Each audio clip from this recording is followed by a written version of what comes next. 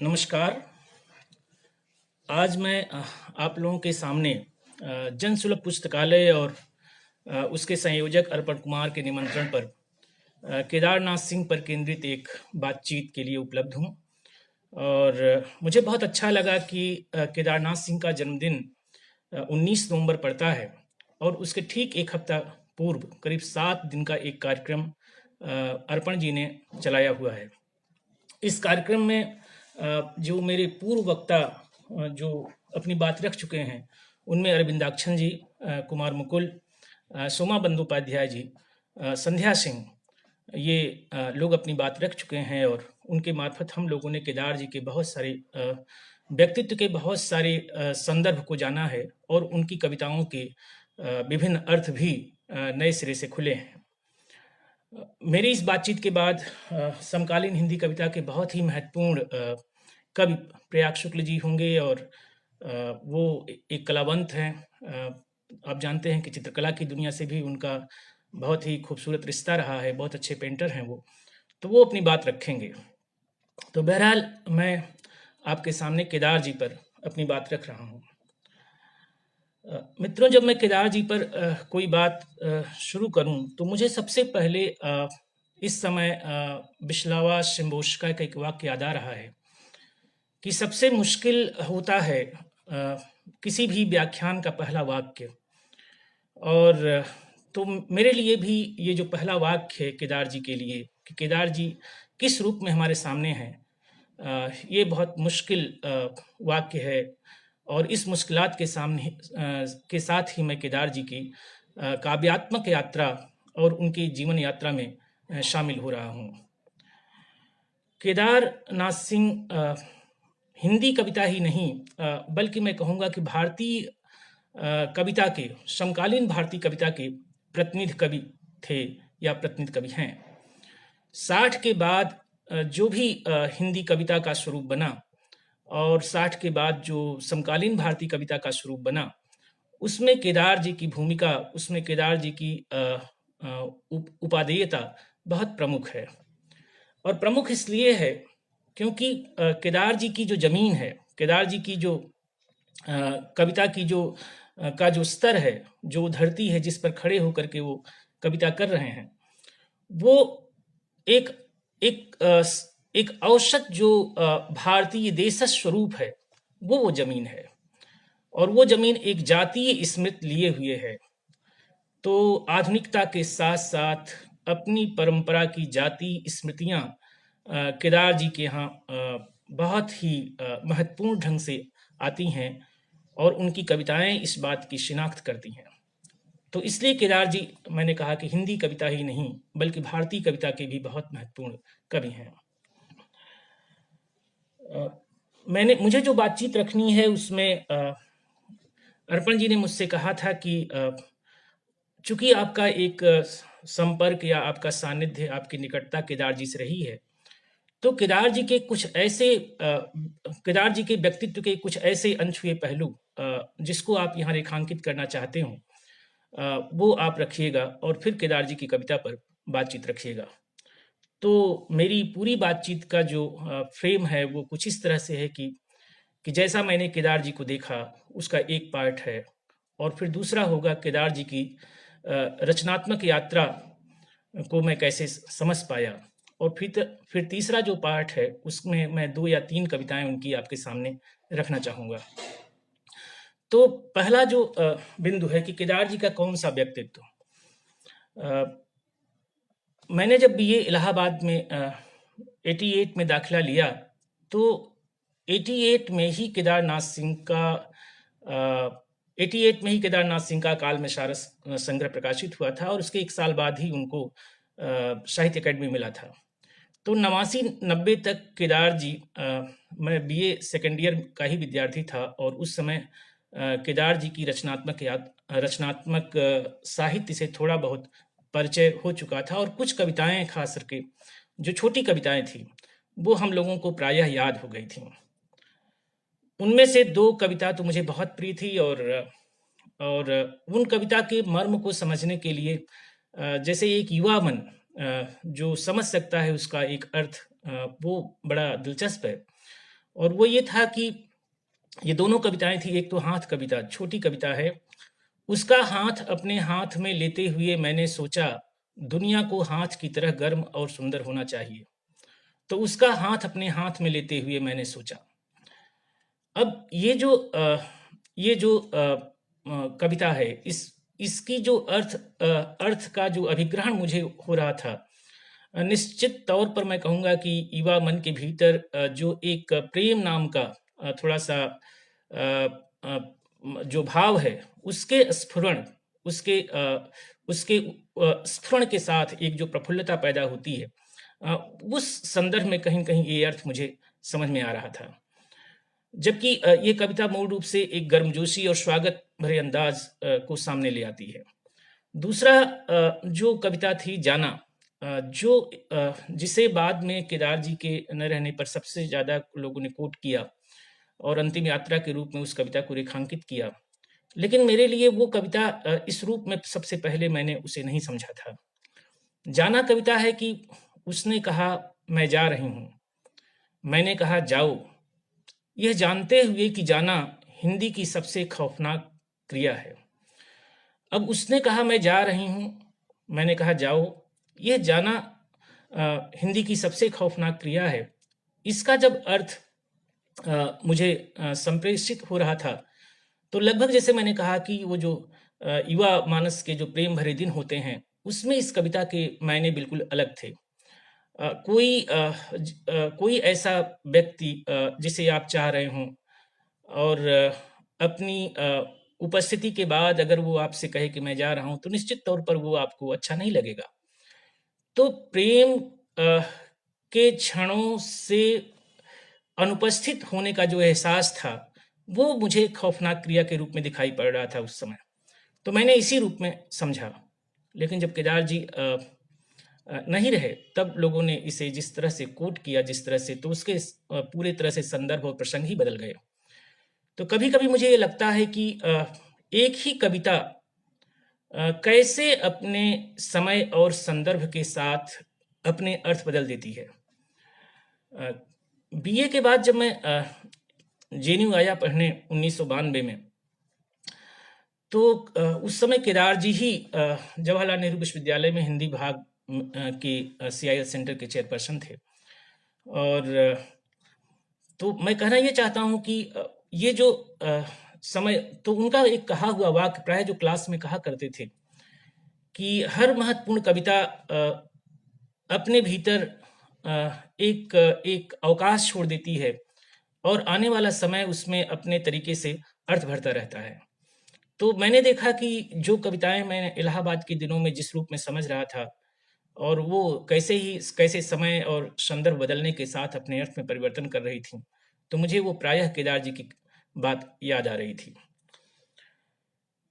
Class का जहाँ तक ताल्लुक था, केदार जी क्लास में जब आते थे तो प्रायः ये देखा जाता था कि वो क्लास नहीं, मतलब कोई भी मिस नहीं करते थे, समय से आते थे और पूरी तन्मयता के साथ वो पढ़ाते थे। तो शुरू में एक साल तो हम लोगों को क्लास करने का मौका ही नहीं मिला, क्योंकि जो पाठ्यक्रम वो पढ़ा रहे थे उनमें निराला वो शायद हमारे थर्ड सेमेस्टर में थे। तो थर्ड सेमेस्टर यानी कि एक साल तक हमने केदार जी की क्लास नहीं ली, और थर्ड सेमेस्टर में हमने जब वो निराला और आधुनिक कविता का पाठ्यक्रम आया, तो उनकी क्लास हम लोगों ने ली। केदार जी की क्लास पढ़ाने का तरीका ये था कि वो कवि और कविता के बारे में बात करते करते ऐसे न जाने कितने प्रसंग या संदर्भ वो विश्व साहित्य का भी सामने रखते थे, जिससे एक विद्यार्थी को हमेशा ये लगता था कि ये एक सिरा दूसरे सिरे से कैसे जुड़ जा रहा है।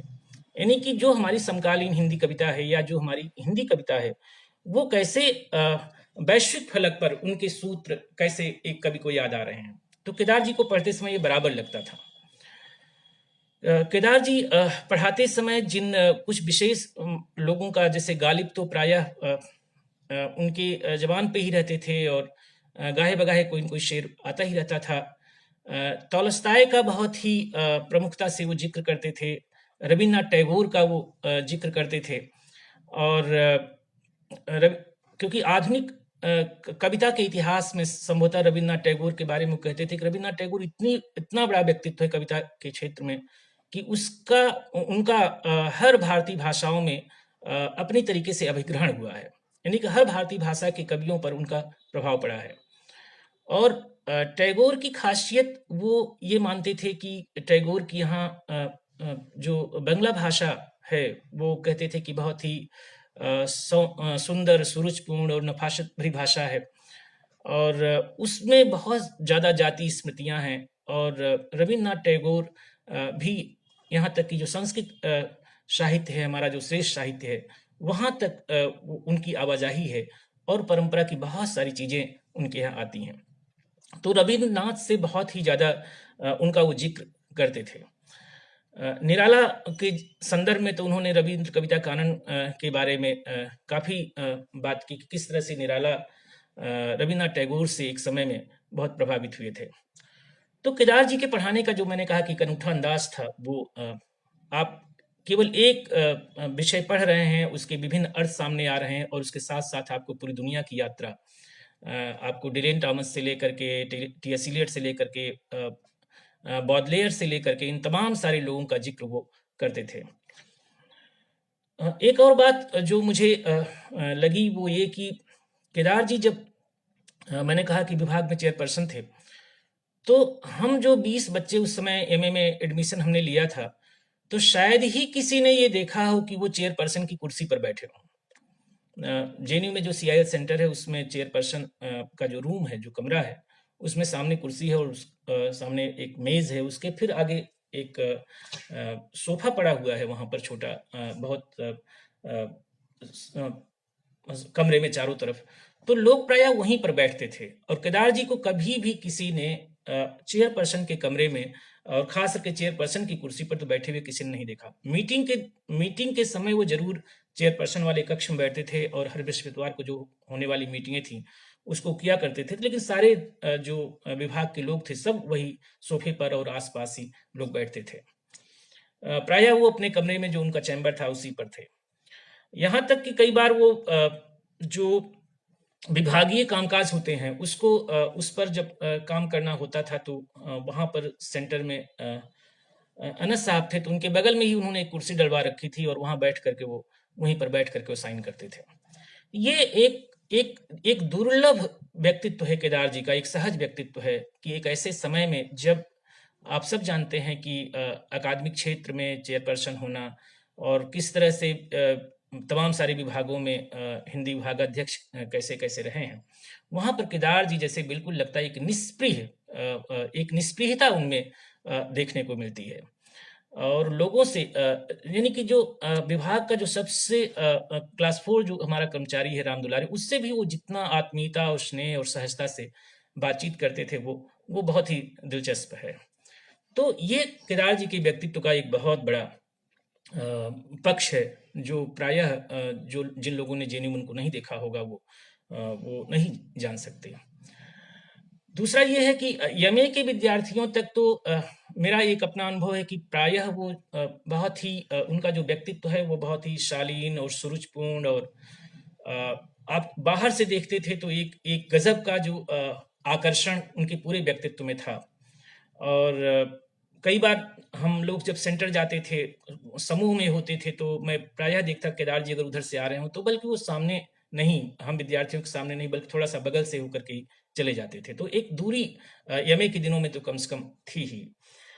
जबकि वहीं पर एक दूसरे हमारे अध्यापक पांडे जी अगर वो चल रहे हो उनके साथ 2-4 बच्चे न हो तो उनको अच्छा नहीं लगता था। तो ये दोनों के व्यक्तित्व का एक कवि का जो व्यक्तित्व है वो एक उसके लिए एक अपना सुरक्षित एकांत, जिसे एक रचनात्मक एकांत आप कह सकते हैं एक कवि का, वो प्रायः जो है उनके सामान्य दिनचर्या में भी वो शामिल था।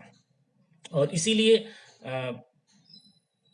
कैंपस में तो कम लोगों से वो खास करके विद्यार्थियों के बीच में तो बहुत ही कम ऐसा मौका मिलता था जब लोग उनसे बहुत ही आत्मीय तरीके से बात कर सकते हो, ऐसा संभव ही नहीं था। लेकिन बाहर जब हम लोग कैंपस के बाहर आए और तो धीरे धीरे फिर जो वो एक संपर्क और संबंध बने, वो एक बिल्कुल अलग दुनिया थी।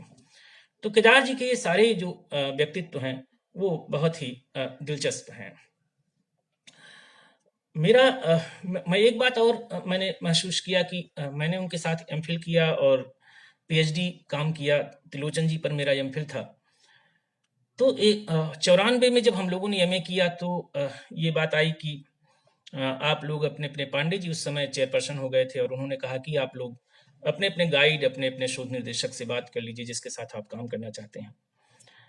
मेरी मुश्किल ये थी कि मैं केदार जी के साथ ही काम करना चाहता था और केदार जी उन दिनों उस जब ये बात आई तो केदार जी बाहर गए हुए थे, अमेरिका गए हुए थे और जिस दिन वो लौटे उसके नेक्स्ट डे ही मीटिंग थी।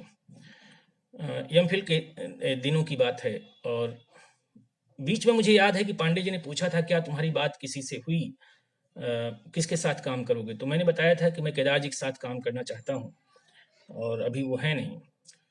तो केदार जी अमेरिका से वो लौटे थे और मैं शाम को जहाँ वो रहते थे 16 दक्षिणापुरम में, उसी के पास ही हॉस्टल परियार था, मैं उसमें रहता था। तो वहाँ गया और मैंने बताया कि सर कल मीटिंग है और वहाँ पर ये कहा गया है कि आप जिसके अंडर में काम करना चाहते हैं आप बात कीजिए, बात कर लीजिए। तो केदार जी ने कहा कि मीटिंग कल है और कल मीटिंग में हम देखेंगे और तो उन्होंने उस समय ये हाँ या ना ना कहा और मैं थोड़ा सा उदासी के साथ में वापस चला आया और सुबह जब बात हुई तो इतनी ही बात मैंने उनसे कही थी कि कल मीटिंग है और मैं आपके साथ काम करना चाहता हूँ और तो उन्होंने यही कहा कि कल मीटिंग में देखा जाएगा बातचीत क्या होती है। तो मैं सुबह गया और जैसे होता है कि एक एक करके बुलाए जा रहे थे, मैं भी गया। तो पांडे जी ने कहा कि मैनेजर पांडे जी ने कहा कि तुम्हारी बात किसी से हुई? तो मैंने कहा कि केदार जी से हुई है, सामने बैठे थे। तो पांडे जी ने केदार जी की तरफ देखा और कहा कि क्या? तो उन्होंने कहा कि हाँ, ये लड़का निश्चित रूप से मेरे साथ रहेगा और ये मेरे साथ काम करेगा। इसने लंबा समय इंतजार किया है। तो ये वाक्य सुन कर के मुझे बहुत अच्छा लगा और धीरे-धीरे मन में ये भी आया कि उसी समय शाम को अगर कह दिए होते कि हाँ, तुम मेरे साथ काम करोगे तो शायद आज जो जिस पीड़ा से मैं गुज़रा हूँ, शायद ना गुज़रता। तो मैं कभी-कभी ये देखता था कि केदार जी आपको हो सकता है सामने व्यक्त ना करते रहे हों, लेकिन भीतर-भीतर बहुत ही डिसिसिव थे वो। बहुत ही हमेशा वो ऐसा नहीं था कि सारी चीज़ें वो संशय पे छोड़े रहते हों। एक एक निर्णय की अवस्था में थे वो कि मुझे किसको साथ रखना है, किसको नहीं। तो ये वाक्य सुन कर के किसने लंबा इंतज़ार किया है, मुझे संतोष हुआ और मुझे एक अपार खुशी मिली। बाद में मैं एमफिल में उनके साथ आया और त्रिलोचन की धरती पर मैंने काम किया। त्रिलोचन जी केदार जी के काव्य गुरु थे एक प्रकार से, त्रिलोचन जी ने खुद कहा, केदार जी ने खुद कहा है और अकाल में सारा जो संग्रह है वो त्रिलोचन को ही समर्पित भी है और उसमें त्रिलोचन के लिए एक कविता भी है, आगे आगे कब त्रिलोचन पीछे पीछे मैं। और वो प्रसंग जो कविता का आता है जिसमें वो कहते हैं कि एक बार एक दिन एक बच्चे के हाथ से एक बाग गिरा और टूट गया, तो बच्चा रो रहा था और उसने तो मैंने शास्त्री जी से पूछा कि आखिर वो बाघ, बच्चा रो रहा है तो उसे वो बाघ चाहिए, वो बाघ कहाँ मिलेगा? तो शास्त्री जी ने कहा मिलेगा। और ये कह करके कि जैसे ही शास्त्री जी ने कहा मिलेगा, केदार जी कहते हैं मेरी आंखों में चमक आ गई। तो फिर मैंने पूछा कहाँ मिलेगा? तो उन्होंने कहा उस कुम्हार की आंखों में अब भी कहीं बचा होगा बाघ, तो वो जिसने बाघ बनाया था। तो त्रिलोचन जी और केदार जी का जो रिश्ता है वो बिल्कुल एक अलग आप बनारस के दिनों का एक रिश्ता जिसमें त्रिलोचन जी और केदार जी का वो जिस पर मैं ज़्यादा बात अभी नहीं करूँगा क्योंकि फिर वो विषयांतर होगा। लेकिन केदार जी के व्यक्तित्व में 2-3 चीज़ें बहुत महत्वपूर्ण हैं। एक तो ये है कि केदार जी चकिया के थे और उसके बाद वो बनारस आए और बनारस से फिर दिल्ली आए। तो ये जो 3 जो अच्छा चकिया में संयोगवश कह लीजिए कि गाँव चकिया था। चकिया वो हर साल जाते थे अपने बाद के दिनों में, लेकिन शिक्षा के लिए उन्होंने गाँव 4 चौथी, 5वीं, 6ठी से ही छोड़ दिया था। मतलब उम्र के 9-10 साल के आसपास, 11-12 साल के आसपास ही उन्होंने अपना गांव छोड़ दिया था पढ़ने के लिए। वो बनारस आ गए थे और बनारस लंबे समय तक रहे वो। उनकी नियुक्ति बाद में पड़रौना में हुई। तो पड़रौना भी क्षेत्र वही है, कुशीनगर का इलाका, और तो बुद्ध का इलाका। केदार जी की कविता में बुद्ध बहुत आते हैं, बुद्ध की करुणा बहुत आती है। एक प्रकार से केदार जी की कविता की काइनेटिक्स के हिस्से हैं ये जो जगहें हैं, जिसमें पड़रौना है, बनारस है और दिल्ली है। तो ये जो केदार जी का जो ये पूरी पृष्ठभूमि है, वो पूरी कविता के साथ सामने आती है। यहाँ पर एक बात और मैं कहूँगा कि एक दो दफ़ा ऐसा भी हुआ कि जब मुझे केदार जी के साथ यात्रा करने का अवसर बना, और उन यात्राओं में उन्होंने न जाने कितने किस्से, न जाने कितनी बातें की होंगी, जिनमें से कुछ बातें बिल्कुल याद हैं। और उनमें से एक यात्रा, गोवा की यात्रा मुझे याद है। और उसी वर्ष केदार जी को साहित्य अकेडमी ने अपना फेलो सम्मान घोषित किया था। संभवतः वो गोवा में साहित्य अकेडमी की मीटिंग हुई थी, जिसमें केदार जी को और खुशवंत सिंह को साहित्य अकेडमी ने अपना सबसे बड़ा सम्मान, फेलो सम्मान दिया था। तो उस क्रम में वो केदार जी गोवा गए हुए थे, और बाद में मैं उस क्रम में एक गोष्ठी थी, वहाँ पर मैं गया। तो हम साथ में ही एक होटल में ठहरे, और पूरी यात्रा 3-4 दिनों की हम वहाँ रहे।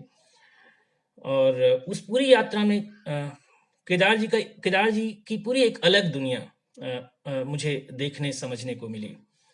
जैसे मुझे याद है कि हम एक बार किसी चर्च पर गए, और वहाँ पर एक बूढ़ा बरगद था, और बाद में मुझे लगा सृष्टि पर पहरा में जो बूढ़ा बरगद झरनाट वृक्ष का जो जिक्र आता है, तो वो वहाँ से उन्होंने लिया होगा। तो उन्होंने कहा कि मैं बरगद से थोड़ी देर बात कर लेता हूँ, और उसके बाद से वो पेड़ से जैसे लगता है कि एक संलाप, एक बातचीत उन्होंने की हो, और फिर मुझसे कहा कि देखो ये मेरी तरह ही बूढ़ा है। और उसके बाद फिर और हमारी बातें हुई, और कुछ ऐसी बात थी जो 2018 में जब वो नहीं रहे तो मुझे याद आई। उन्होंने कहा था कि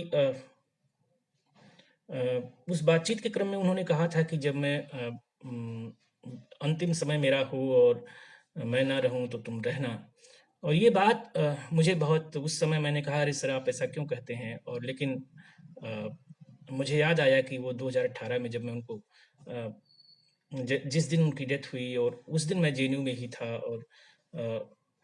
और शाम को मुझे जाना था, लेकिन सुबोध जी से बात हुई तो शायद संभवतः ये कि मैं नहीं मिला जा सकता, तो ये सुबह हम लोग मिलेंगे।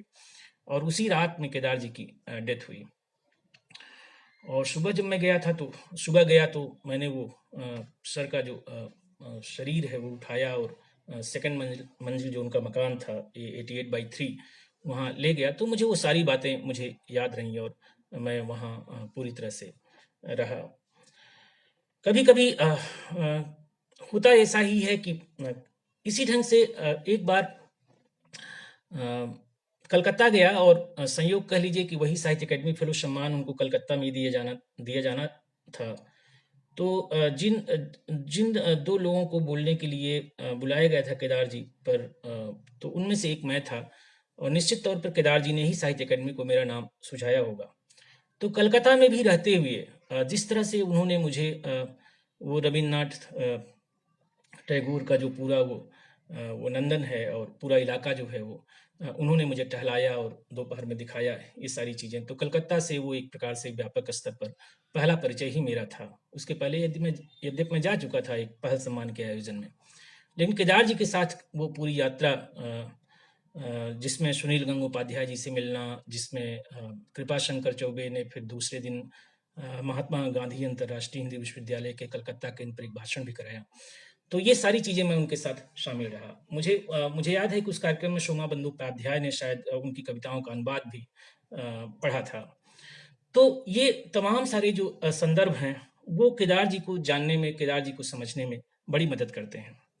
केदार जी की जो सबसे बड़ी खासियत मुझे लगती है वो ये कि उनके व्यक्तित्व का वो जैसे एक कवि, इतना बड़ा कवि, इतना प्रतिष्ठित कवि, इतना महत्वपूर्ण कवि, लेकिन अपने से बिल्कुल छोटे और बिल्कुल उम्र में छोटे युवा, मैं तो बहुत ही छोटा विद्यार्थी, लेकिन उसकी भी जो एक लोकतांत्रिक और जो ऐकिक गरिमा है उसकी, एक एक एक कवि की जो ऐकिक गरिमा हो सकती है, उसको वो हमेशा ध्यान में रखते थे और वो कभी उसको कह लीजिए कि उसके व्यक्तित्व को दबने नहीं देते थे। ये बहुत बड़ी खासियत है केदार जी की।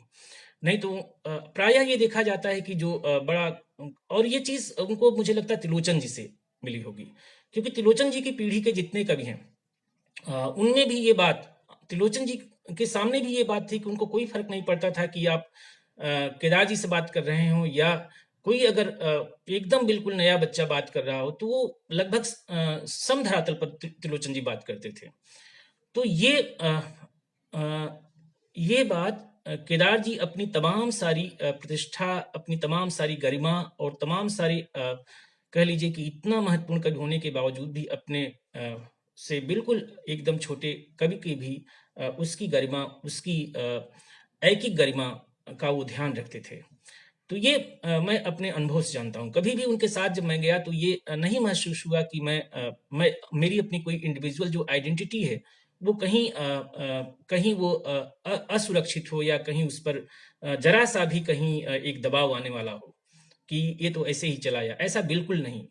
वो जाते थे और सीधा वो परिचय देते थे कि ये अनिल त्रिपाठी है, कविताएँ लिखता है और बहुत अच्छी आलोचनात्मक लेखों की भी उन्होंने तारीफ़ की और कविताओं की भी कई जगह तारीफ़ की। और कई बार वो मिलने का उनका जो ढंग था, मुझे याद है कि एक ऐसे ही एक महत्वपूर्ण कवि के यहाँ मैं गया, तो हालाँकि मुझे वहाँ जाना नहीं था। एक छोटे तो लेकिन केदार जी ने कहा रुको मैं मिलवाता हूँ और वो बाकायदे उन्होंने 1 टू 1 करके बाकायदे परिचय देते हुए उन्होंने मुझे मिलवाया। तो मैं ये देखता हूँ और बाद में भी जब मुझे पता चलता था कि कुछ लोग से बात करने पर कि केदार जी तुम्हारी बात कर रहे थे, तो मुझे बहुत अच्छा लगता था। तो ये केदार जी के व्यक्तित्व का एक बहुत ही कह लीजिए कि एक ऐसा पहलू है जो भी केदार जी के साथ रहा है, उसने ज़रूर महसूस किया है। मुझे याद है कि उम, केदार जी को ज्ञानपीठ पुरस्कार मिला, बहुत बड़ा मतलब जो है सम्मान था और मैं उस पुरस्कार में शामिल होने गया था और अरावली गेस्ट हाउस में ठहरा हुआ था। तो जब कार्यक्रम खत्म हुआ और तो बहुत सारे लोग केदार जी को अपने साथ ले जाना चाहते थे। वो शाम लोगों के लिए बहुत महत्वपूर्ण थी। लेकिन केदार जी ने ये तय किया था नहीं, हम अपने प्रिय विद्यार्थियों के साथ या कह लीजिए कि तो उन्होंने पूछा कि अनिल कहाँ है और उन्होंने वो जो गाड़ी उनको छोड़ने आनी थी उसको उस पर बैठाया मुझे और कहा कि अरावली में चलूँगा। फिर अरावली में और भी जो हमारे मित्र थे, जो लोग रुके हुए थे, उनमें से और सब लोग वहाँ आए। तो सीधा ये मैंने कहा कि ये केदार जी के व्यक्तित्व का एक बहुत बड़ा हिस्सा था। नहीं तो कोई भी आप गए हैं और वो किसी के साथ भी बहुत सारे लोग चाहते थे, लेकिन उन्होंने ऐसा नहीं किया। मुझे याद है कि वो शाम हम सब लोग खुशी थे और लेकिन एक क्षण के लिए केदार जी थोड़ा अकेले हुए और कमरे में बैठे हुए थे और तो मैंने देखा कि एकाएक उनकी आंखें थोड़ा-सा डबडबा आईं और तो मैंने पूछा क्या हुआ सर? तो उन्होंने बहुत ही धीरे से कहा कि वो होती तो वो भी खुश हो लेती। ये वाक्य था उनका। तो मैं समझ गया कि वो अपनी पत्नी के लिए मेरी गुरुमाता के लिए कह रहे थे वो। और फिर अंत में उन्होंने कहा कि जो वाक्य था वो बड़ा दिलचस्प था और उन्होंने कहा कि बनारस के एक पंडित जी थे, वो कहा करते थे कि पद प्रतिष्ठा शूकरी विष्ठा, ये जो सारी चीज़ें हैं ये सारा कुछ है क्या है? और फिर एक एक गहरी रिक्ति का एहसास, एक गहरे निर्वेद का एहसास उस उल्लास और प्रफुल्लतम क्षणों में उन्हें हुआ। ये मैंने महसूस किया और फिर जैसे मैंने कहा कि और लोग आ गए, फिर एक चहल-पहल शुरू हो गई, फिर हम अलग दुनिया की बातें करने लगे। आप केदार जी के साथ हों, ये तो मैंने कहा कि ये थोड़ा-सा ये एक पर्सनल उनका स्पेस था जिसमें मैंने थोड़े बहुत ताक-झाँक की या उन्होंने मुझे अवसर दिया कि मैं कुछ इस तरह से बातचीत कर सकूँ। लेकिन प्रायः जब आप समूह में उनके साथ बैठते या जिन लोगों ने भी देखा होगा, तो केदार जी अद्भुत संस्मरण सुनाते थे और वो संस्मरण कोई ऐसे नहीं होते थे, वो प्रायः लेखकों के बारे में होते थे। ऐसे ही कभी ओसिप माल्देस्ताम, जिन्हें 20वीं शताब्दी का साहित्यिक शहीद कहा जाता है, उनके बारे में केदार जी ने बताया कि माल्देस्ताम युवा जब थे और तो स्टालिन के खिलाफ संभवतः 36 के आसपास, 34-36 के आसपास, उन्होंने एक बिल्कुल निजी मित्रों की गोष्ठी में एक व्यंग कविता सुनाई और वो व्यंग कविता धीरे धीरे करके वो स्टालिन के पास पहुंच गई और स्टालिन ने फिर उस समय के एक बहुत महत्वपूर्ण कवि बोरिस पास्तरनाक को फोन करके पूछा कि ये जो जिसने कविता पढ़ी, क्या वो तुम्हारा दोस्त है, क्या वो तुम्हारा मित्र है? और बोरिस पास्तरनाक घबराहट में, या कह लीजिए कि ठीक से उत्तर नहीं दे पाए और उन्होंने कहा हाँ हाँ मैं उसे जानता हूँ। और फिर उन्होंने स्टालिन को फ़ोन लगाने की कोशिश की और बताया कि मैं उसी के बारे में बात करना चाहता हूँ। तो स्टालिन ने कहा अब तो बहुत देर हो चुकी है। और बाद में हम सब जानते हैं कि ओसिप को तमाम तरह की यंत्रणाएं दी गईं और ओसिप का जीवन बहुत कठिन हो गया और अंत में ओसिप मरे एक प्रकार से। उनको साइबेरिया के घने बर्फीले इलाके में छोड़ दिया गया। उनके कपड़े उन तक नहीं पहुंचने दिए गए। उनकी पत्नी ने उन पर जो किताब लिखी है उसमें इन तमाम सारी चीज़ों का जिक्र किया है और ये बात केदार जी ने बताई थी। ऐसे ही कभी जिक्र आया, एक संदर्भ है कि जैसे मुझे याद है कि अर्नेस्टो कार्दिनाल के बारे में उन्होंने बात की और उन पर एक कविता उत्तर कबीर और अन्य कविताओं में एक कविता भी उन्होंने लिखी अर्नेस्टो कार्दिनाल के लिए, कहीं मेरा निकारागुआ न बन जाए संतरा। और अमेरिकन जो इम्पीरियलिज्म है, एक प्रकार से अमेरिकी जो देखने में साम्राज्यवादी, उसका सीधा सीधा नहीं लेकिन तमाम सारी आर्थिक नीतियों और हस्तक्षेप में, तो उसमें वो कहते हैं कहीं ये निकारागुआ जो है वो एक ऐसा संतरा न बन जाए जिसे अमेरिका हासिल कर ले। तो कार्दिनाल के लिए वो कविता उन्होंने लिखी थी। कभी किसी संदर्भ में जिक्र आया तो मार्लिन मोनरो का एक जिक्र मुझे याद है कि बहुत मशहूर, आप सब जानते हैं कि बहुत बड़ी अदाकारा थी और अमेरिकन जो दुनिया है, फिल्म दुनिया है, उसकी बहुत बड़ी कलाकार थी। तो उसकी रहस्यमय मौत हुई थी और उसके बारे में केदार जी ने एक बार बताया कि अर्नेस्टो ने मार्लिन पर बहुत खूबसूरत कविता लिखी है और उसमें ये पंक्ति आती है कि जब तुम नहीं होते हो तो अमेरिका नहीं होता है। और तो जिस तरह से मृत्यु हुई, और उसमें केदार जी की एक टिप्पणी कि वो किसी अमेरिकी राष्ट्रपति, शायद जॉन एफ कैनेडी थे, जिनसे वो प्रेम करती थी और अंत में वो जब मृत्यु हुई तो उसके हाथ में वो फ़ोन का जो चोंगा है, टेलीफोन का, वो हाथ में था और वो मृत पाई गई। तो संभवतः वो प्रेम में थी। तो केदार जी का ये एक ढंग है चीज़ों को इस तरह से रखने का। ऐसे दुनिया भर के बहुत सारे कवियों के बारे में, लोगों के बारे में, वहाँ के समाज के बारे में उनकी बहुत सारी बातें आप सुनते जाइए और देखते जाइए। बहुत सारे इस तरह से बहुत सारे किस्से आपको। तॉलस्टॉय तो इतने ज़्यादा केदार जी को प्रिय थे और तॉलस्टॉय का वो रूप मुझे याद है कि जब वो कहते हमारी क्लास में, और मुझे लगता है कि आगे पीछे की सारी क्लासेस में, अन्ना कारेनिना का वो मशहूर वाक्य तो जरूर ही दोहराते थे कि सारे सुखी परिवार एक जैसे सुखी हैं और सारे दुखी परिवार अलग अलग कारणों से दुखी हैं। और इसके साथ टॉलस्टॉय का जो रूप उनको सबसे ज़्यादा पसंद था वो ये कि कैसे टॉलस्टॉय अपने अंतिम दिनों में सारा घर छोड़ करके और सारा कुछ एक छोटी सी पोटली बना करके वो अपने एक छोटे से स्टेशन पर चले गए और उस छोटे से स्टेशन पर जब वो जा रहे थे तो वहाँ वो बीमार पड़े, बुखार हुआ और लेकिन जो स्टेशन मास्टर था वो पहचान गया ये तोल्स्ताय है, महान तोल्स्ताय हैं। तो उसी के घर में फिर वो टिके और 1 या 2 दिन में ही उनकी मृत्यु हुई।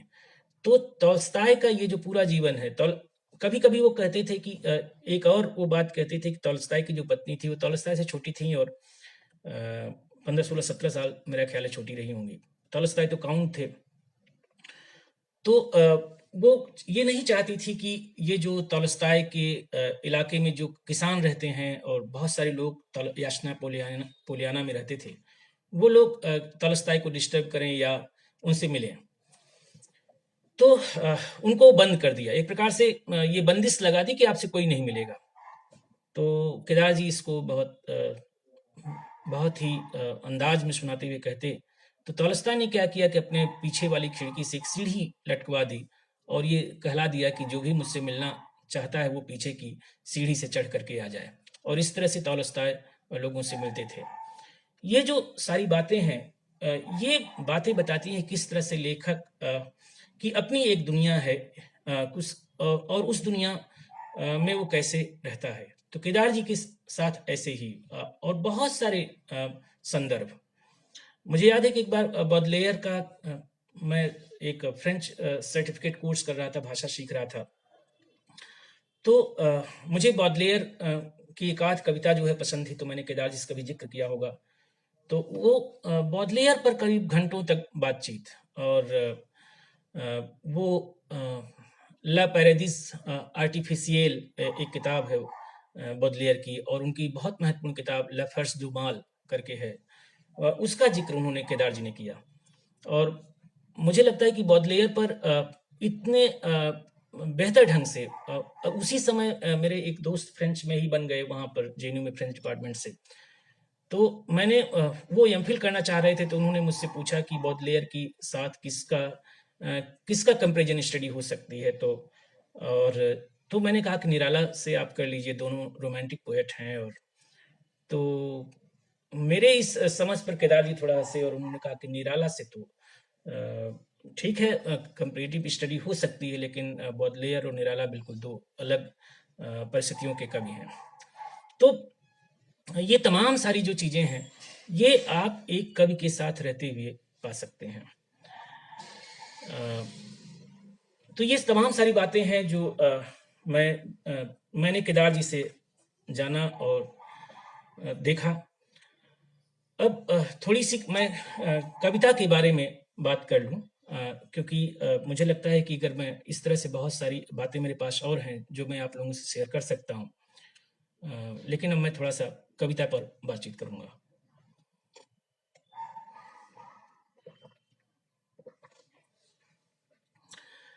केदारनाथ सिंह, जैसे मैंने शुरू में कहा कि वो हिंदी कविता ही नहीं बल्कि भारतीय कविता के एक प्रतिनिधि कवि हैं हमारे, और उनकी कविता की शुरुआत कैसे होती है, उसमें क्या परिवर्तन आते हैं, अगर ये सारी चीजें अगर आप ध्यान से देखें तो आपको लगेगा कि केदारनाथ सिंह की जो काव्यात्मक यात्रा बड़ी दिलचस्प है। केदार जी 52 के आसपास, 52-53 के आसपास से उनका लेखन शुरू होता है विधिवत रूप से, और 52 में लगभग वो 17-18 साल की एज ग्रुप में हैं, 18 साल के एज में है वो। तो और उन्हीं दिनों उन्होंने एक पाल एलुआर हैं, उनकी एक कविता लिबर्टी का अनुवाद किया स्वतंत्रता नाम से, और उनका एक बातचीत में कहना यह है कि इस कविता के मार्फत ही मैंने आधुनिक जो भावबोध है उसको हस्तगत किया। तो आधुनिक जो चेतना है वो धीरे धीरे मुझे वहां से मिली। रिल्के उनके बहुत महत्वपूर्ण कवियों में थे शुरू में, रिम्बो, रिल्के, इन सबको उन्होंने बहुत ध्यान से पढ़ा, और बनारस के दिनों में। तो एक आधुनिक भावबोध के साथ केदार जी आते हैं, और शुरू में वो, जैसे आप अगर तीसरा सप्तक देखें जो 59 में आया, तो उसमें उनके बहुत सारे गीत हैं, और ये गीत जो है वो ऐसे गीत हैं कि आपको ये लगेगा कि इन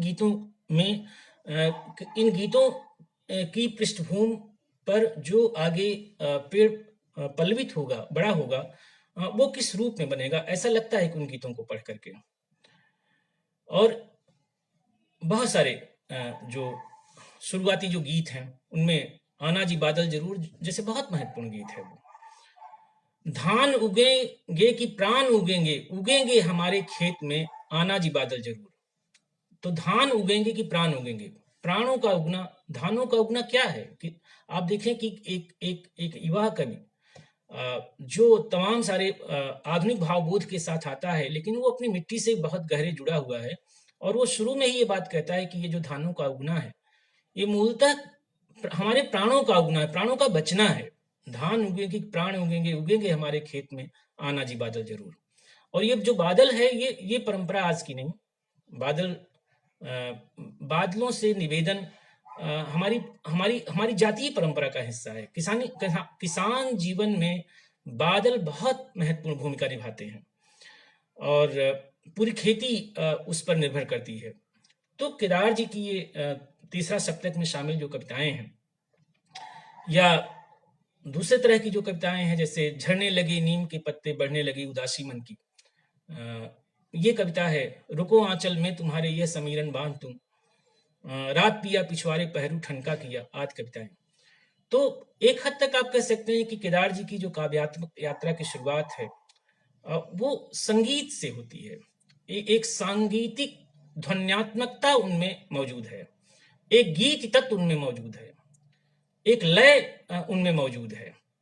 और केदार जी की कविता में आगे चल करके जो उनके समूचे शिल्प को अनुशासित करता है, वो लय है। लय एक प्रकार से कह लीजिए कि केदार जी की कविता की धुरी है। शिल्प पर केदार जी बहुत जोर देते हैं, लेकिन इस जोर में वो प्रायः इस बात को जानते हैं या कहते हैं कि अगर मुझे शिल्प में लय और शिल्प का चुनाव करना हो, यानी कला तत्व का चुनाव करना हो, तो निश्चित तौर पर मैं वस्तु के पक्ष में जाऊंगा। वस्तु और कला के बीच में जो वस्तु है, वो ज्यादा बड़ी चीज है, जीवन ज्यादा बड़ा चीज है, क्योंकि जीवन कविता में आ रहा है, जीवन चैलेंजिंग है, और बाकी तो वो उपकरण है, कविता के उपकरण है। तो ये जो विभाजन है, उनकी जो समझ का ये जो विभाजन है कि जीवन बहुत महत्वपूर्ण है, वस्तु बहुत महत्वपूर्ण है, और कला एक उपकरण है, अभिव्यक्ति का एक उपकरण है, ये बहुत महत्वपूर्ण है। भाषा को लेकर के केदार जी बहुत ही सजग हैं, और मुझे याद है कि एक बार उन्होंने ये बात कही कि कोई भी कवि जिसने अपनी रचनात्मक यात्रा की शुरुआत की है, तो उसके लिए भाषा की पटरी के बिना कविता की रेलगाड़ी नहीं दौड़ सकती, ये बात उन्होंने कही। तो भाषा की पटरी के बिना कविता की रेलगाड़ी नहीं दौड़ सकती। तो भाषा बहुत महत्वपूर्ण है। और भाषा कैसी? वो एलेक्स हीली का एक उपन्यास है, रूट्स। तो वो प्रायः निराला को या जो भी महत्वपूर्ण कवि है उसको कहते हैं बहुत रूटेड पोएट है। रूट्स का मतलब ये है कि आप जिस जातीय चेतना, जिस जातीय स्मृति, जिस जातीय परिवेश से आप आ रहे हैं, उस परिवेश की समूची सुगंध, उस परिवेश की समूची महक, और केवल सुगंध और महक ही नहीं, जो उस समूचे परिवेश का जो ऐसा पक्ष है जो आपको पसंद नहीं है, वो भी कविता के लिए सबसे बड़े काम की है। जिसे मुक्त बोध कहते थे, जो तुम्हारे लिए विष है वही मेरे लिए अन्न है। तो केदार जी में ये समझ शुरुआत से ही आपको मिलेगी। लेकिन जैसे मैंने कहा कि ये जो कविता की जो परंपरा होती है, उस परंपरा में एक कवि कैसे अपनी बात को कैसे रोपे, कैसे अपनी बात को रखे, क्योंकि आपको अपना रास्ता खुद बनाना है। तो एक कविता आती है आप सब लोगों को, इसमें मैं देख रहा हूँ आशीष हैं, देवेश हैं, संदीप, ये सारे लोग जुड़े हुए हैं। तो एक कविता है उनकी, एक पारिवारिक प्रश्न, और वो बहुत महत्वपूर्ण कविता मुझे लगती है। 1957 के आसपास की कविता है, और 57 का मतलब 23-24 साल केदार जी की उम्र है। तो वो कहते हैं कि माँ ने लगाए हैं तुलसी के बिरवे दो, पिता ने उगाया है बरगद छतनार, मैं अपना नन्हा गुलाब कहाँ रोक दूं, मुट्ठी में प्रश्न लिए दौड़ रहा हूं, पर्वत पर्वत रेती रेती लाचार। ये जो मुट्ठी में प्रश्न लिए दौड़ रहा हूं, पर्वत पर्वत रेती रेती लाचार, ये जो बुनियादी प्रश्न है, वो अपनी काव्य संवेदना को रोकने की बात कर रहे हैं। तो ये जो काव्य संवेदना है, एक कवि की, एक युवा कवि की अपनी बात, जो परंपरा के बीच अपने आप को अवस्थित करना चाहता है, रखना चाहता है, आखिर वो कैसे, कहाँ से आए? तो ये जो पिता ने उगाया है बरगद, बरगद सरीखी परंपरा है, बड़े कवियों की परंपरा है, उसमें अपनी बात को रोकना, ये सचमुच केदार जी के शुरुआती दिनों की एक और हर महत्वपूर्ण कवि की ये जद्दोजहद रही है कि मैं अपनी बात कहाँ से शुरू करूं, किस तरह रोकूं। तो मुझे लगता है कि ये उनकी काव्य यात्रा का एक बहुत महत्वपूर्ण प्रस्थान बिंदु है, जहां से वो ये बदलाव आता है उनमें। हम सब जानते हैं कि उनका जो पहला संग्रह है वो 1960 में आया, अभी बिल्कुल अभी। उसमें एक कविता है जिसमें वो एक पंक्ति कोट करते हैं, tomorrow is our permanent address. आज तो कुछ भी नहीं हूं, कल उगूंगा मैं। ये कविता है। तो आज तो मैं कुछ नहीं हूं, लेकिन कल उगूंगा मैं। एक कवि को और हर महत्वपूर्ण कवि को ये जो बात है कि कुछ बात है जो आगे चल करके पुष्पित पल्लवित होगी, वो कवि को, मुझे लगता है हर महत्वपूर्ण कवि को ये पता रहता है। और इसीलिए इस तरह की चीजें आपको निराला में मिलेंगी, इस तरह की चीजें आपको और पुराने में गालिब को में मिलेंगी, मीर मिलेंगी, हर महत्वपूर्ण कवियों में ये बात मिलेगी। तो केदार जी कहते हैं टुमारो इज आवर परमानेंट। 60 में कोई अगर ये कवि कहे कि कल मेरा स्थायी पता होगा, और आज जब मैं 2021 में आपके सामने ये बातचीत रख रहा हूँ, तो भारतीय कविता के इतिहास में केदार जी निश्चित रूप से उनका एक स्थायी पता है, और वो हमारे समय के या भारतीय कविता के बहुत महत्वपूर्ण कवि हैं। तो ये बात वो 1960 से कह रहे हैं। 60 के बाद से केदार जी के जीवन में कह लीजिए कि 60 से जो दूसरा संग्रह उनका आया, जमीन पक रही है, 60 से 80 में आया दूसरा संग्रह, और जमीन पक रही में 20 साल का अंतर है। और मुझे याद है कि उदय प्रकाश जी ने अपने एक लेख में इस बात का जिक्र किया है कि जो केदार जी के लिए अंधकार काल है, वो दूसरों के लिए जो है वो उनके लेखकी जीवन का एक बहुत ही उत्फुल्ल और प्रफुल्ल काल है। कुंवर नारायण को अगर आप देखें, श्रीकांत वर्मा को देखें, सर्वेश्वर दयाल सक्सेना देखें, इन सबके संग्रह आ चुके हैं उस समय, कई कम से कम 2-3 संग्रह आ चुके हैं। तो केदार जी का दूसरा संग्रह आता है, जमीन पक रही है। कहा जाता है जमीन जब पक रही है संग्रह आया, तो उस संग्रह की कविताओं ने केदार जी की बिल्कुल एक सृजनात्मक प्रतिभा को जिस तरह से कह लीजिए कि सामने आया, वो लोगों के लिए बहुत ही आश्चर्य का विषय बना, और बहुत महत्वपूर्ण तरीके से केदार जी की कविता को एक क्वालिटेटिव लीप, एक गुणात्मक छलांग उस संग्रह से मिली। तो और उसी में बहुत सारी कविताएं, बहुत महत्वपूर्ण कविताएं सामने आई। टमाटर बेचने वाली बुढ़िया उसमें है, उसमें बैल कविता है, उसमें रोटी कविता है, उसमें इस तरह की बहुत सारी कविताएं आपको मिलेंगी। तो जमीन पक रही है, ये बहुत महत्वपूर्ण। तो अभी, बिल्कुल अभी के बाद जमीन पक रही है। आप देखें कि नाम, एक कहते हैं ना कवि का एक नाम, अपने संग्रह का नाम क्या हो देता, अभी बिल्कुल अभी, जमीन पक रही है।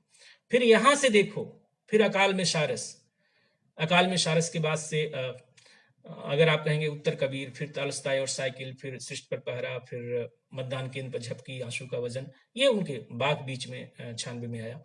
तो ये जो तमाम सारे उनके संग्रह धीरे धीरे आए, और केदार जी क्रमशः जो है वो एक प्रकार से कह लीजिए कि अपने रचनात्मक यात्रा पर लगातार आगे बढ़े। और आगे बढ़ने का मतलब ये है कि उनमें जो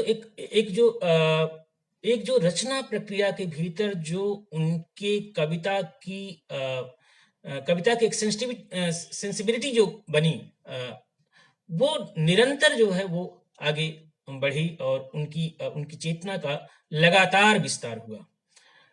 आप देखें कि अकाल में सारस संग्रह है, या उसके बाद उत्तर कबीर जो संग्रह है, अगर उन संग्रहों को देखें, और तॉलस्ताय और साइकिल, तो तॉलस्ताय और साइकिल तक लगता कविता जो जमीन से धीरे धीरे धीरे उठ करके एक व्यापक और एक वैश्विक फलक पर जाकर के खुलती है। और इस बात को लोगों ने रेखांकित किया है। मुझे याद है कि कुंवर नारायण ने एक लेख केदार जी पर समीक्षात्मक लेख लिखा था, और वो इसी संग्रह पर, तॉलस्ताय और साइकिल संग्रह पर लिखा था। और मुझे याद है कि मैं एक किताब केदार जी पर एडिट कर रहा था, तो मुझे ये पता चला कि तॉलस्टॉय और साइकिल पर कुंवर जी ने लिखा है। तो मैं उसको हासिल करने के लिए जब मैंने फ़ोन किया, तो उन्होंने कहा कि तुम केदार जी से मिलते हो, मिलोगे क्या इधर? तो मैंने कहा कि हाँ, मिलना तो है मुझे। तो उन्होंने कहा कि वो जो मैंने लिखा है वो केदार जी के पास है।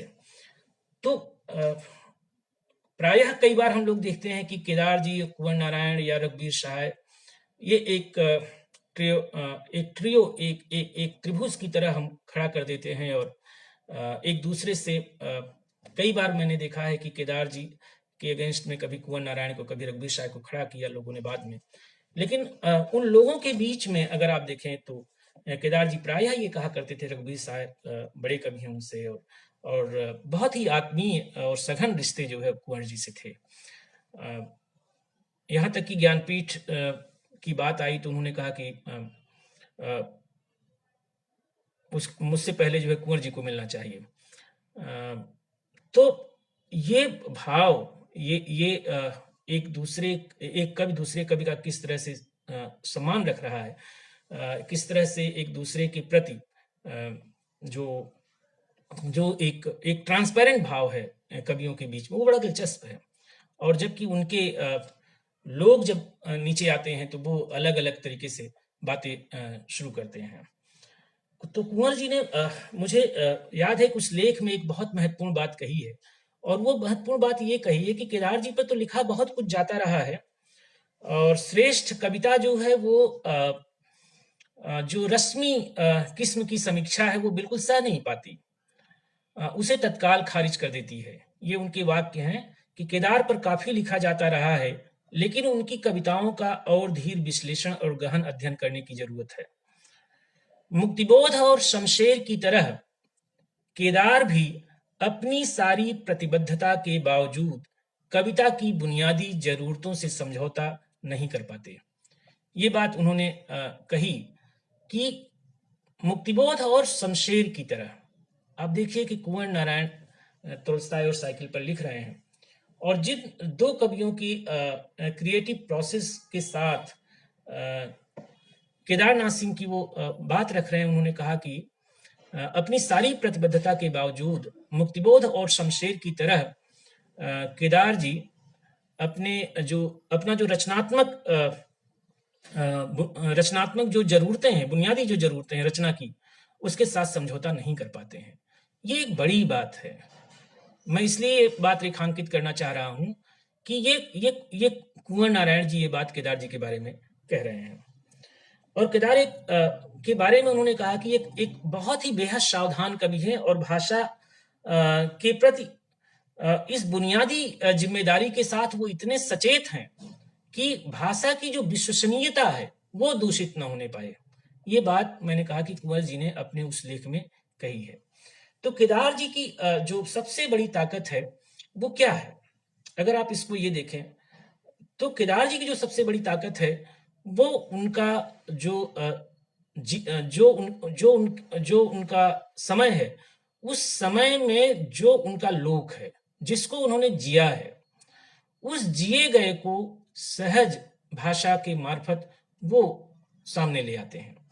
और साथ साथ जो लोक और शास्त्र का एक द्वंद आप पाते हैं बहुत पहले, तो केदार जी के यहाँ लोक और नागर के बीच में एक जो चकिया में रहने वाला एक जो केदारनाथ सिंह है, और जो दिल्ली में एक कवि रहता है केदारनाथ सिंह नाम से, उन दोनों के बीच जो एक द्वंद्व है, वो द्वंद्व लगातार उनकी कविता का केंद्र रहा है, और ये बहुत दिलचस्प है।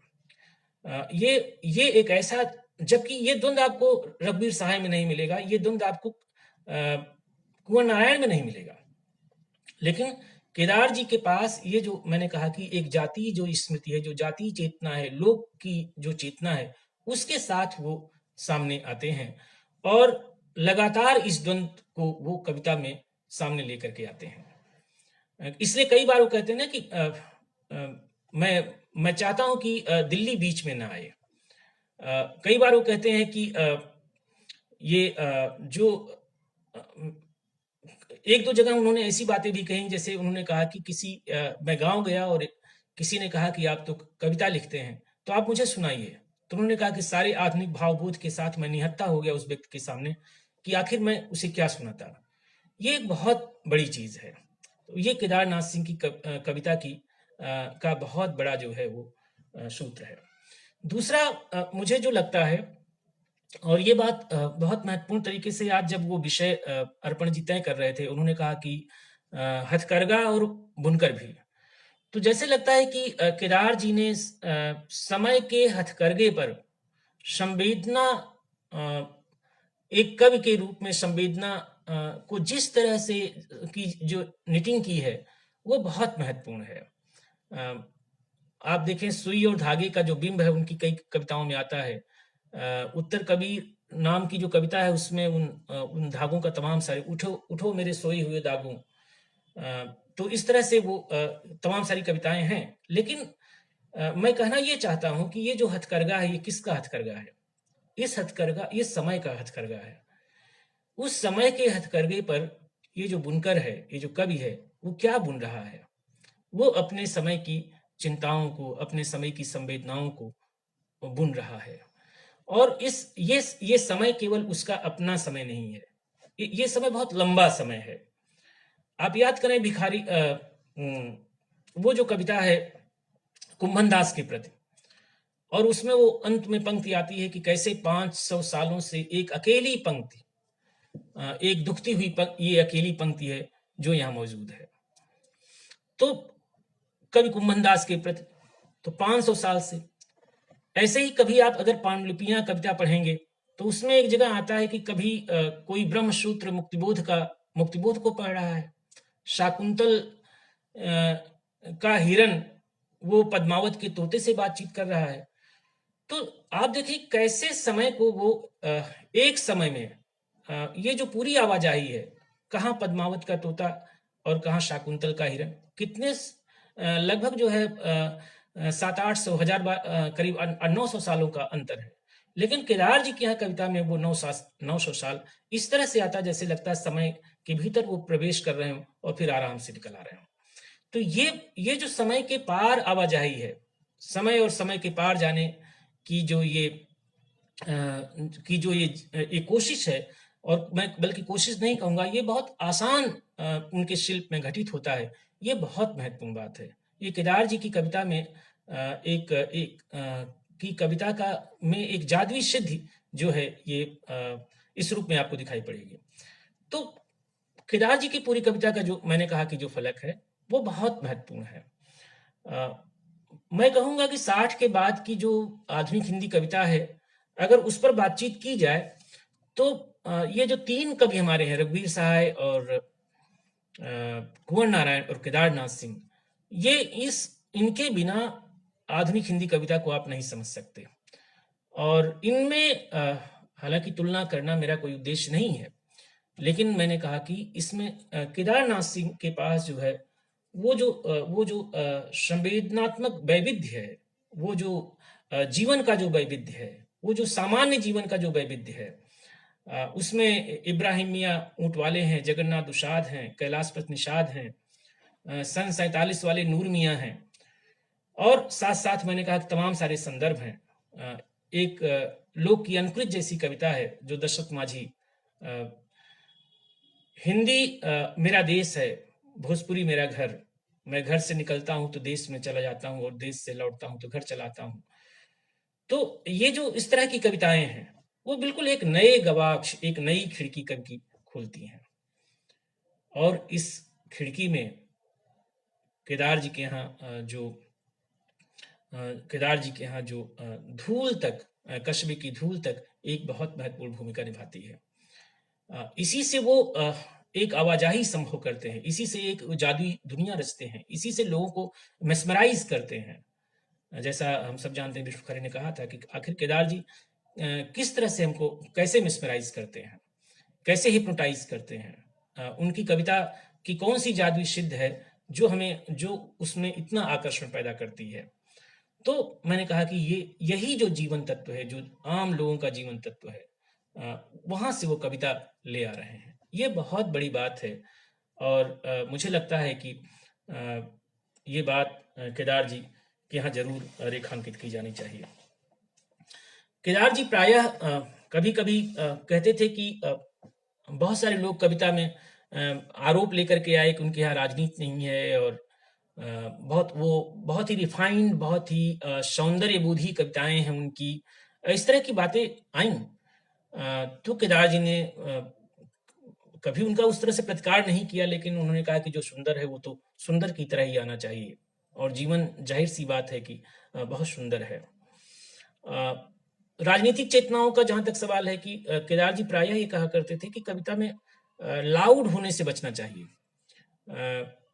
अगर कविता लाउड हुई तो कविता गई, और कविता में कोई सुसंगत तर्क नहीं होता, ऐसा भी वो कहते थे। कविता में सुसंगत तर्क खोजना ठीक नहीं।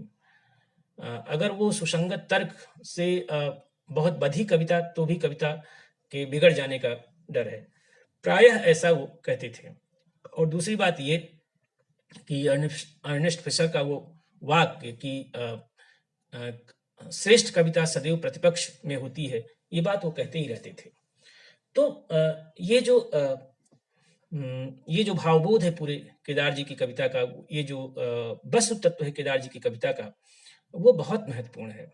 इसलिए मैं ये कहूँगा कि केदार जी के शिल्प पर रीझने वाले, केदार जी की कविता में जो वस्तु तत्व का जो वैविध्य है, अगर आप उस पर विचार करेंगे तो आपको ये लगेगा कि ये सारे जो कुछ लोगों ने जो आरोप लगाए, या जिन लोगों ने इस तरह से पाठ करने की कोशिश की, वो गलत सिद्ध होंगे।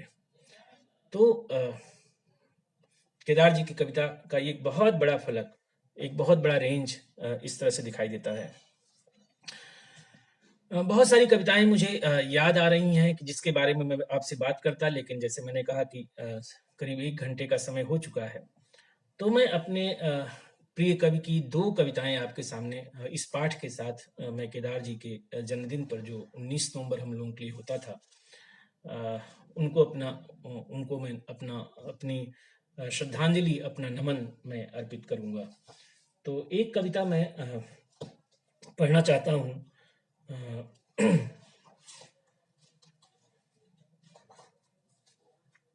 एक कविता मैं पढ़ना चाहता हूँ सृष्टि पर पहरा से, जो एक लोक की अनुकृति, जो बहुत महत्वपूर्ण मुझे लगती है, जो मुझे व्यक्तिगत तौर पर बहुत पसंद है। तो वो जो मैंने मंगल माझी से सुना था, ये कविता मैं आपके सामने रखता हूँ। आम की सोर पर मत करना वार, नहीं तो महुआ रात भर रोएगा जंगल में। आम की सोर पर मत करना वार, नहीं तो महुआ रात भर रोएगा जंगल में। कच्चा बांस कभी काटना मत, नहीं तो सारी बांसुरियां हो जाएगी बेसुरी। कल जो मिला था राह में हैरान परेशान, उसकी पूछती हुई आंखें भूलना मत, नहीं तो सांझ का तारा भटक जाएगा रास्ता।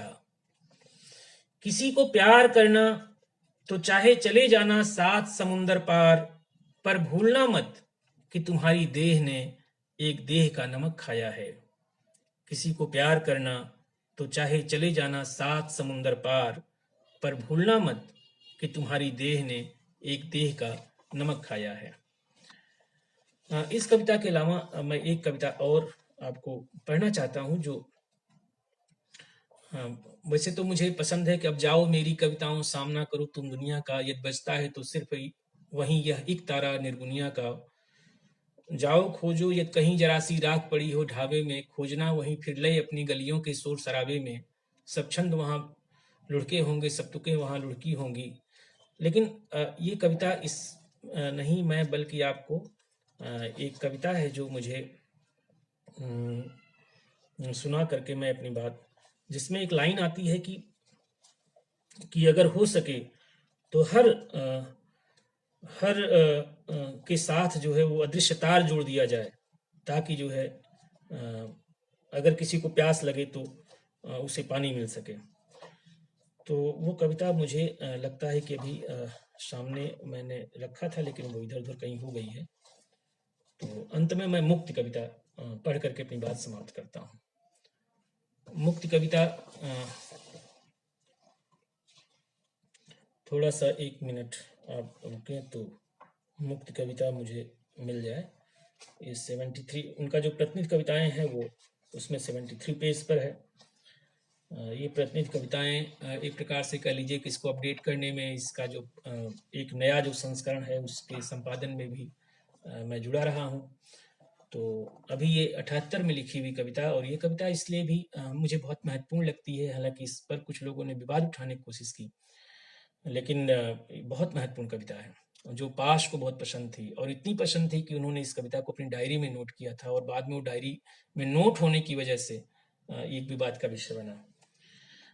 ये बात मुझे कवि त्रिलोचन जी ने बताई थी। तो मुक्ति कविता। मुक्ति का जब कोई रास्ता नहीं मिला, मैं लिखने बैठ गया हूँ। मैं लिखना चाहता हूँ पेड़, मैं लिखना चाहता हूँ पेड़, यह जानते हुए कि लिखना पेड़ हो जाना है। मैं लिखना चाहता हूँ पानी, आदमी आदमी मैं लिखना चाहता हूँ।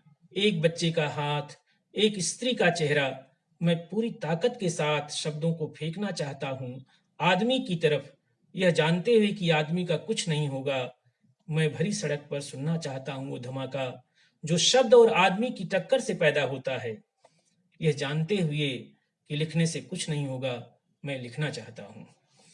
तो ये कविता मुक्ति कविता है और बहुत महत्वपूर्ण कविता। मैं इसी कविता के साथ मैं अपनी बात को विराम देता हूँ, और अंत में फिर से मैं जन सुलभ पुस्तकालय मंच का बहुत आभार प्रकट करता हूँ कि उन्होंने केदार जी की को याद करने का एक अवसर दिया, उनकी कविताओं पर कुछ बात रखने का समय दिया।